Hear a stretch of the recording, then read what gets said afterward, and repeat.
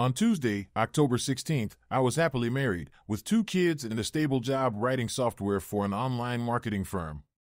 My wife, Jenna, worked as an assistant to the superintendent of schools in Parma, Ohio, just 2 towns over. By Wednesday, October 17th, my contentment had morphed into deep concern. I couldn't shake the feeling that Jenna might be having an affair, leaving me pondering what steps to take next. Fast forward to Friday, October 19th, and I found myself 400 miles away, driving south, grappling with the uncertainty of my future and consumed by a seething anger. Jenna was endowed with generous curves, particularly in the chest department. I'd be lying if I didn't admit that her ample bosom was part of what initially drew me to her back when we were sophomores at Ohio State. Over the years, she had gained a bit of weight, who hasn't, but she remained undeniably alluring. Yet, the reality was that large breasts came with their own set of challenges for Jenna. She had to meticulously select bras that provided adequate support to alleviate the strain on her back. By day's end, she often couldn't wait to shed the restrictive garment. In the early years of our marriage, when privacy was abundant and responsibilities were fewer, it became almost routine for her to peel off her blouse and bra upon returning home, sighing in relief as I applied lotion to soothe the indented marks left by her undergarments. Sometimes, this ritual would segue into an intimate encounter in bed, though more often than not, it didn't. Nevertheless, I always empathized with Jenna's discomfort and remained acutely aware of those telltale marks on her skin. So, when I unexpectedly found myself home early on Tuesday, October 16th, and noticed Jenna's nearly unblemished back, it caught me off guard. I was in the midst of changing into outdoor attire, preparing to tackle some yard work before nightfall, when Jenna appeared equally surprised by my early return.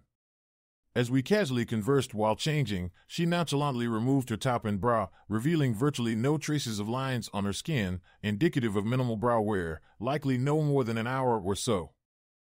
"Hey, babe," I remarked casually, "did you happen to stop by the YMCA for a swim today?" Knowing Jenna's fondness for swimming, I ventured the question, albeit uncertainly. She turned to me with a puzzled expression. "No, honey." "Why do you ask?" "Does my hair look wet to you?" she inquired, searching for an explanation. Quickly regaining my composure, I improvised. "No, sorry." "Must have been a silly thought," I replied, offering a sheepish shrug. "I called you mid-afternoon and Emily said you weren't around," I mentioned, fabricating the story on the spot. Truth be told, I hadn't made any calls, but I needed some explanation. Her cheeks flushed slightly. "Oh, well, Chloe mentioned a sale at Pottery Barn a couple of days ago, so I went to check if I could find something for the Reiner's daughter's wedding present next month. Turns out they didn't have what I was looking for, but it felt nice to step out of the office for a change.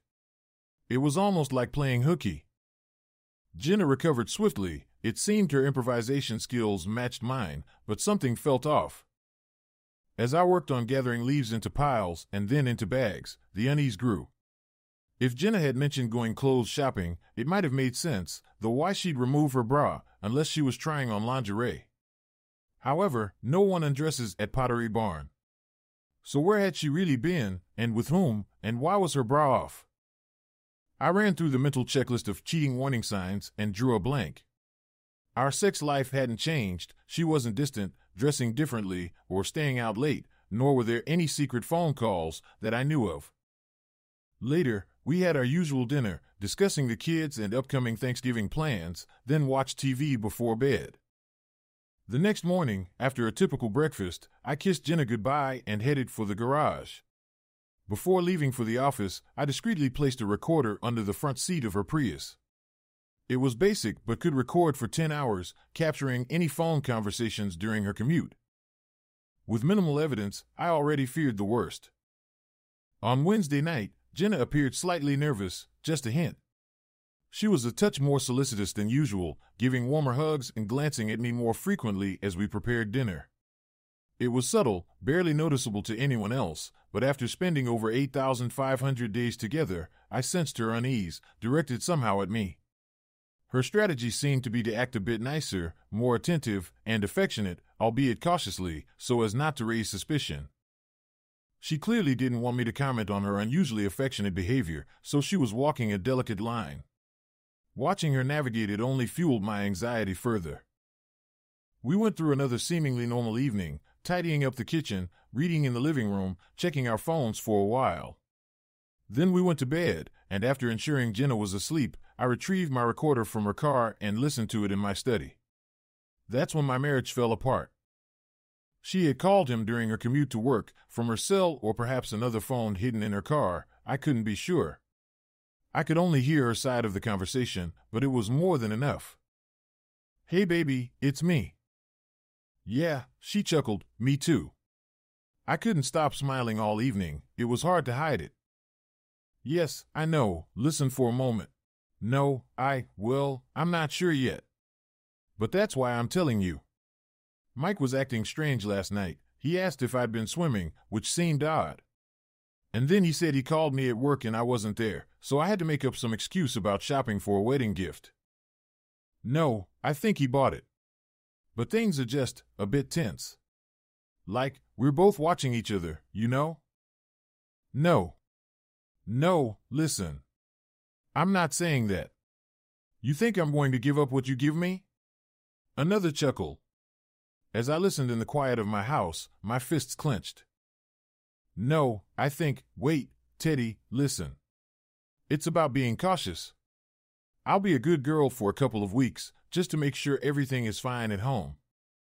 You'll have to handle things yourself for a while, babe, she giggled. And maybe I'll use my fingers until I know everything is okay with Mike. Yeah, of course. Me too. But I think a couple of weeks should do it. He loves me, and we still get along just fine. So, this is the start of radio silence, okay? Don't call me, I'll call you. And I feel the same. And when we meet again, fireworks. I'll leave you feeling like you've been run over by a truck, in a good way. She laughed, utterly delighted. In that moment, I felt an urge to lash out. I sat motionless, contemplating returning to the bedroom and confronting her. Would I wake her first, so she understood? Or would I just act, leaving her no time to grasp why I was doing it? I listened to the final moments of the call, more sweet words, promises of a passionate reunion, and then she hung up. I leaned back and checked the time. 2:38 a.m. As good a time as any to bring things to an end, I suppose. Avoiding Jenna for most of Thursday was relatively easy. I woke up an hour earlier than usual, leaving her a note about an early meeting, and grabbed breakfast at IHOP. I couldn't even recall what I ate. I ordered bacon, eggs, and home fries, but it might as well have been 3 slices of cardboard and an orange. I had already anticipated my next steps: no divorce proceedings, no legal complications, just a swift departure from the situation. Dealing with the aftermath could wait. My boss, Alvin, and I were close, so a brief conversation was all it took to arrange things. I'd utilize my accumulated 5 weeks of vacation time, followed by unpaid leave until I was ready to return.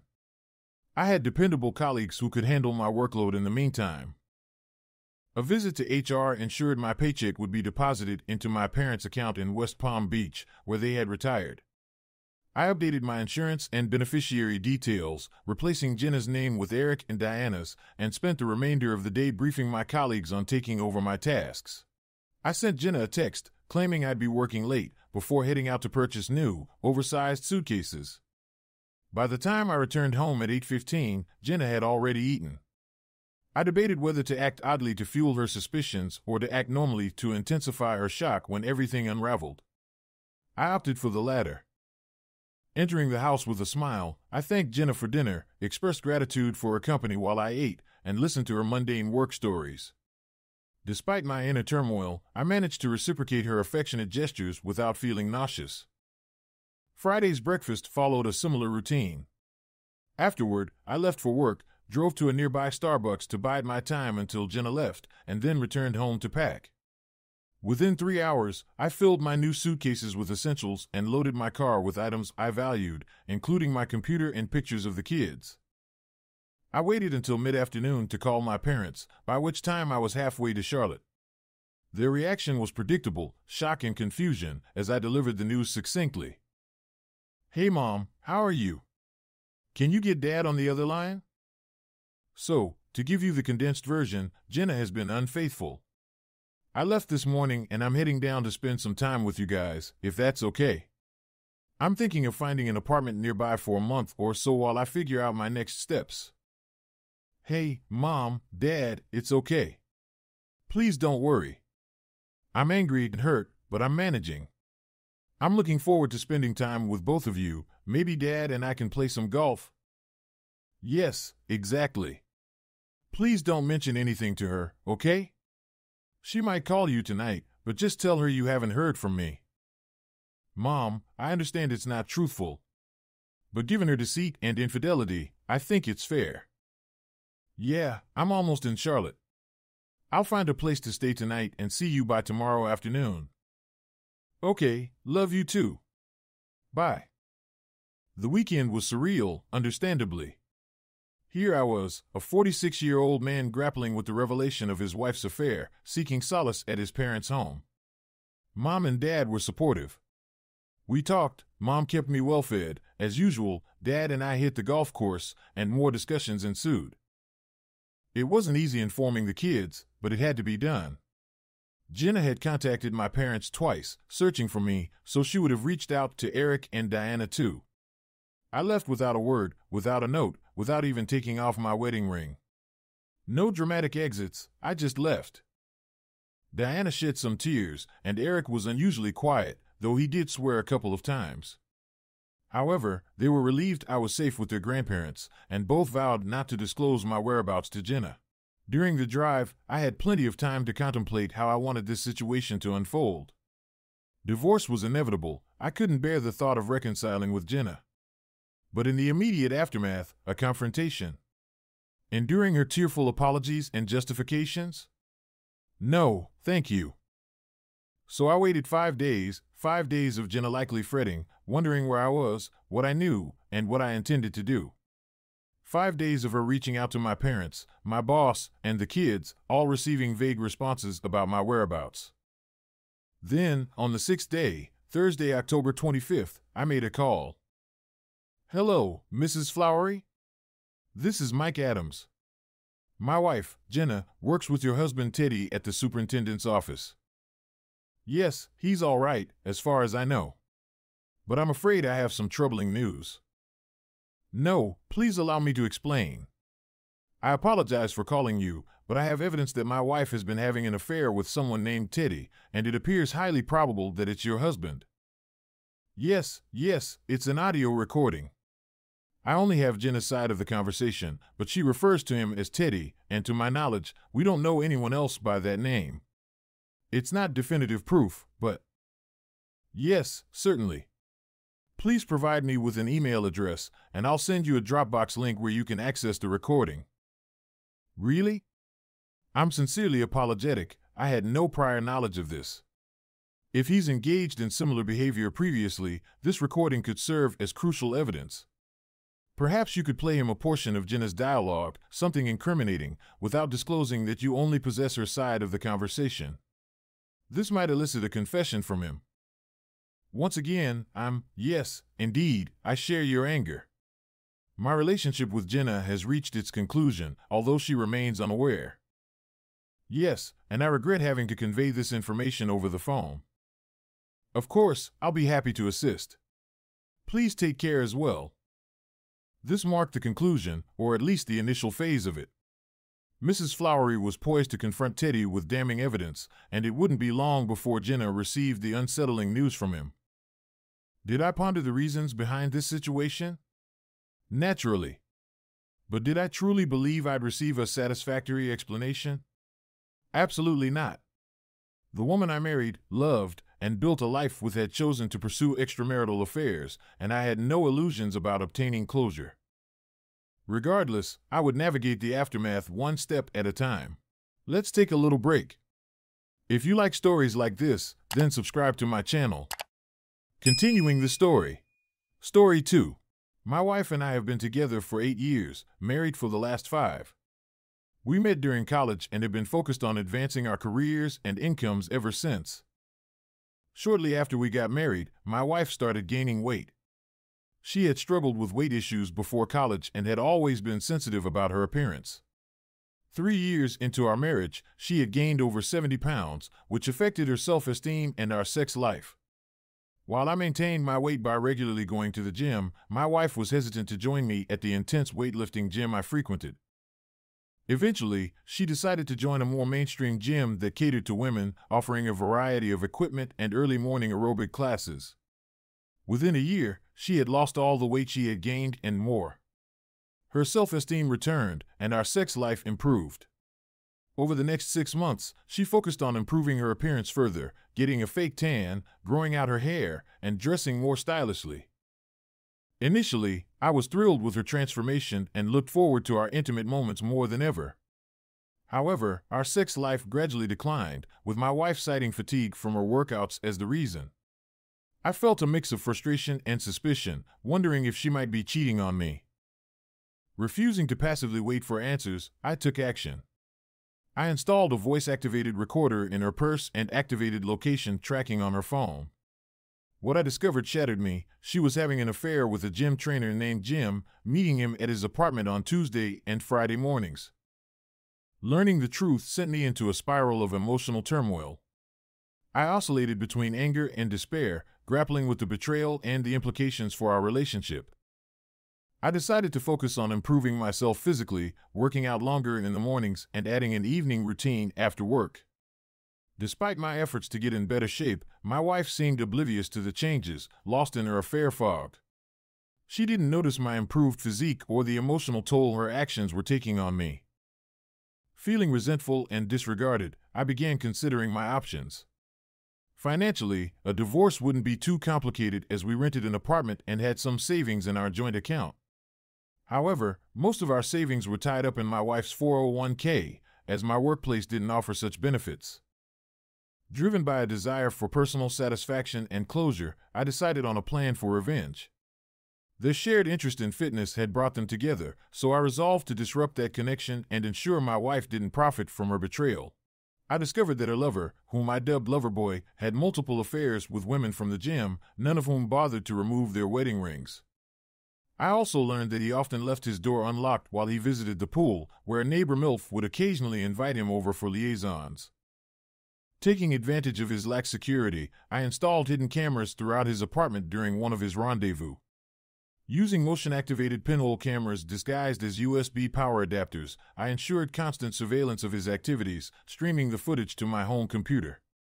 Additionally, I meticulously documented everything in his apartment, gathering evidence for my revenge scheme. After watching a couple of weeks' worth of videos, I couldn't deny that Loverboy had quite the lineup of women from the gym. Despite my wife being undeniably attractive, 2 of the other women were even hotter, albeit slightly older. The third woman, around my wife's age but carrying some extra weight, seemed to be part of the arrangement as well. Their sexual encounters followed a predictable pattern captured on camera: a passionate kiss, followed by the removal of clothes, oral sex until climax, missionary and doggy-style intercourse, clitoral stimulation leading to more orgasms, and sometimes oral sex for the overweight woman after her second climax. Loverboy was evidently charging for his services, with the hot women paying around $100 each and the overweight woman paying $200. However, my wife's involvement took a different turn. I discovered she was trading sex for drugs, specifically human growth hormones that I later found in his apartment. It wasn't just his clients paying for sex, he himself was using human growth hormones and anabolic steroids. Additionally, the pool MILF, who visited him on weekends when her ex-husband took their child, engaged in drug-fueled sexual encounters with him. They would get high together before engaging in various sexual activities, including anal intercourse, using a large vibrator and dildo, and experimenting with different positions. Throughout their encounters, she seemed particularly drawn to his muscular physique, eagerly engaging in their sexual escapades with enthusiasm. She possessed a naturally toned physique, and watching her breasts move in various positions was captivating. I couldn't help but wish I had the permission to film her in a pornographic video. Her naturally firm breasts were a rarity for someone her size, and they seemed to be at their peak perfection for only a limited time. So, I concocted a plan. I informed my wife that I had a business trip to LA, but instead, I headed down to Tijuana. There, I hired a sex worker for the day with the intention of obtaining multiple prescriptions for birth control pills from doctors. However, the sex worker had a better idea. She knew a pharmacist who could provide whatever she needed. Many girls relied on him for birth control and emergency contraception pills. When I asked if he could supply the medication in a liquid form for injection, she confirmed that he could, although it was primarily intended for animals. After arranging everything through her phone, I drove her to the pharmacy, where she introduced me to the pharmacist. I explained what I needed, paid him, and we left. I compensated her generously, considering it was far more than she usually earned in a day. And yes, I did receive oral sex. Keep in mind, it had been almost a year since I had any sexual activity. Using a spare house key I had found during a previous visit to Loverboy's place, I tampered with his stash of steroids. I replaced all the testosterone in his vials with estrogen. Upon returning home, I substituted all the human growth hormones my wife had with the tampered testosterone. Nearly 2 months later, the effects started to manifest. My wife's muscles grew visibly larger, and she became prone to mood swings. Her skin also became more susceptible to breakouts, prompting me to suggest a different tanning spray. Meanwhile, Loverboy's physique softened noticeably, and he appeared distressed after checking his weight on the bathroom scale. During my wife's weekly visits, she exhibited an almost insatiable desire, riding him vigorously until he begged her to stop. He resorted to taking Viagra to maintain an erection. My wife began to express concerns about the human growth hormone he provided, suspecting it might be different or administered in a higher dosage. He assured her that wasn't the case. However, as Loverboy's treatment progressed over 4 months, he lost all his female companions, including my wife. He struggled to maintain an erection and seemed to lose interest in sex altogether. My wife struggled with intense anger outbursts followed by mood swings, often ending in tears of frustration. Loverboy faced a similar downward spiral, losing his job at the gym after a public breakdown due to mockery about his excessive hair shedding on workout machines. According to a friend's account, he sought solace from my wife, but she refused to comfort him. When he persisted, she lashed out, striking him in the stomach. He crumpled to the ground in tears as she berated him mercilessly, resulting in her expulsion from the gym as well. Neither of them sought medical attention or testing, likely due to their extensive drug use. Loverboy's physical transformation became evident as he developed feminine features and underwent surgery to remove his thyroid due to high estrogen levels. My wife, on the other hand, joined a new gym but lacked her previous dedication, succumbing to weight gain, hair loss, and severe acne. Desperate for intimacy, she pleaded with me, but I refused until she addressed her contagious rash, which had kept us apart for months. Eventually, she sought medical help, and the doctor attributed her symptoms to drug-induced reactions, prescribing medication for depression. Her emotional turmoil reached a breaking point when she discovered an envelope in her car containing incriminating evidence of her affair with Jim, including photographs and a threatening note demanding a hefty sum to prevent exposure to her husband and the authorities. I observed from a distance as my wife listened to the incriminating tape in our driveway. Her shock quickly turned to rage upon hearing her conversation with Jim, where she belittled me. Without hesitation, she sped off towards Jim's apartment, her fury evident. Tracking her movements on GPS, I witnessed her confrontation with Jim through the pool camera. She mercilessly attacked him, leaving him bloodied and bruised within moments of him opening the door. Amidst the chaos, their heated exchange was captured by the recording devices in his apartment. Jim, bewildered by my wife's accusations, denied any involvement in blackmail and expressed his intention to leave town to address his own issues. As my wife noticed the absence of his belongings and his injuries, she realized the extent of his troubles, exacerbated by the retaliation of 3 other aggrieved husbands. Enraged by Jim's admission of infidelity and his tearful apology, my wife unleashed her fury, physically assaulting him further. She warned him of severe consequences if he had any hand in the extortion attempt before storming out. That evening, sensing my wife's agitation, I chose not to engage. Instead, I discreetly left a letter in her car, outlining instructions for delivering the demanded money in exchange for silence. When my wife exited the gym, she discovered that the bag with the money was replaced by a cell phone. The next day, using a voice disguiser, I called her and revealed that the $10,000 demand was merely a test. Instead, I demanded she cash out her 401k and hand it over to me. Enraged, she adamantly refused, but after receiving one of the incriminating videos, she reluctantly agreed. It took her a month to gather the money, during which I instructed her to leave it in her husband's trunk. Assuring her that I would vanish from her life once the exchange was made, I observed her trailing me via GPS as I retrieved the money from the trunk while she monitored from a distance. Days later, on our anniversary, I took her to an upscale restaurant where I served her divorce papers alongside evidence of her affair. Overwhelmed with emotion, she pleaded for reconciliation, professing her love and willingness to be a better wife. However, I calmly reminded her of her infidelity and betrayal, expressing skepticism towards her sudden change of heart. In a tense moment of silence, I confronted her with the stark reality of her actions, questioning whether her promises held any weight given her previous deceit. "You're just a fat, stupid, gigantic pussy." My words hit her like a sledgehammer, freezing her momentarily as she struggled to place where she had heard them before. Recognition flickered in her eyes, igniting a fiery explosion of rage. Screaming at the top of her lungs, she hurled her drink at me, the liquid splattering across my face. Pushing away from the table, I accidentally nudged it towards her, inciting her further. Grabbing her salad, she flung it in my direction, the lettuce and dressing cascading through the air. In a sudden surge of aggression, she brandished a steak knife, leaping over the table in a frantic attempt to strike me. I dodged the blade as it sliced through my jacket, adrenaline coursing through my veins. Backpedaling rapidly, I narrowly avoided her advances, grappling with her as she lunged at me with murderous intent. Thankfully, 2 waiters intervened, aiding me in restraining her until the authorities arrived.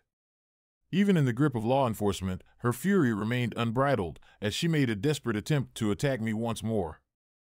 Following the chaotic scene, the police questioned me, and I provided a concise account of the events, citing her violent outburst in response to my serving her divorce papers for adultery. The recorded evidence of her assault and subsequent attempt on my life resulted in her incarceration. As the legal proceedings unfolded, I emerged with a favorable outcome in the divorce settlement, securing the majority of our assets and financial compensation for her theft.